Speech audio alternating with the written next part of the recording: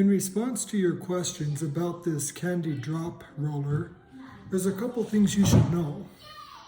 One is here in the front is a little slot, and there's one on the back end as well.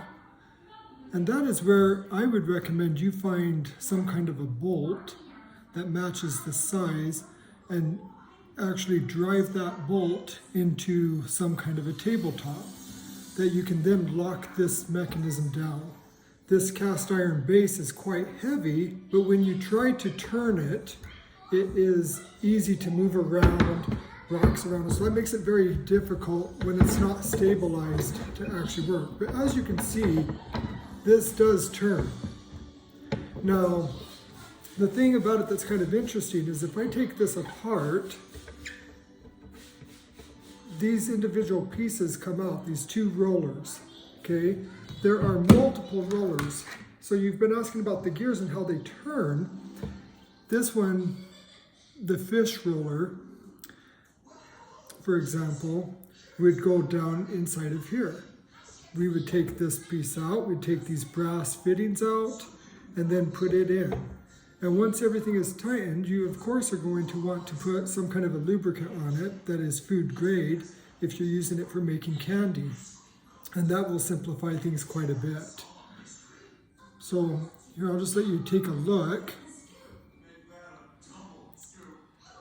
You can see that the gears are in good shape. And that's what they all look like. You can see here the other top to the fish. And the great thing about it is these are marked with a V. Let's see if we can see that V right there. Do you see the V? And there's one on this one as well. And so we're going to find those and line them up. So now you can see that the two V's are marked. And those will now line up with each other while you're cranking candy through this.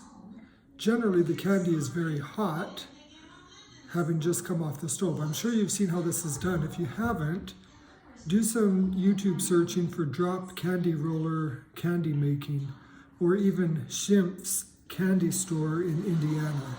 Schimpf's is spelled S-C-H-I-M-P-F''S. But again, you're probably familiar with that since you're buying this.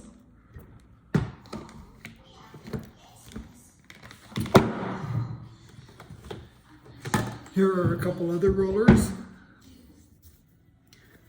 Again, you can see the gears are all in good shape. And let's see if they're marked. These ones actually, I do not see a V marking them. With a little bit of searching, I don't think you'll have a hard time. In fact, it matches right up. So I wonder if it just automatically matches. There we go, just like that.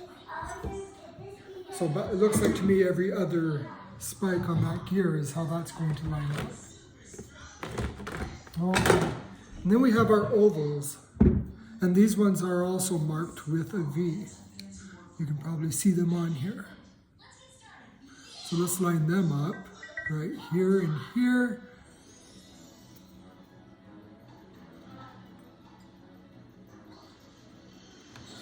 So everything rolls nice. The main thing I would recommend is this is going to need some cleaning. There's still a little bit of sugar on these from years ago when I made some candy.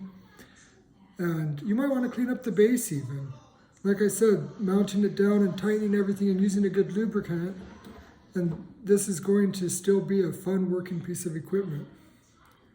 So wish you the best. Let me know what you think. And if you have other questions, and I'll do my best to answer.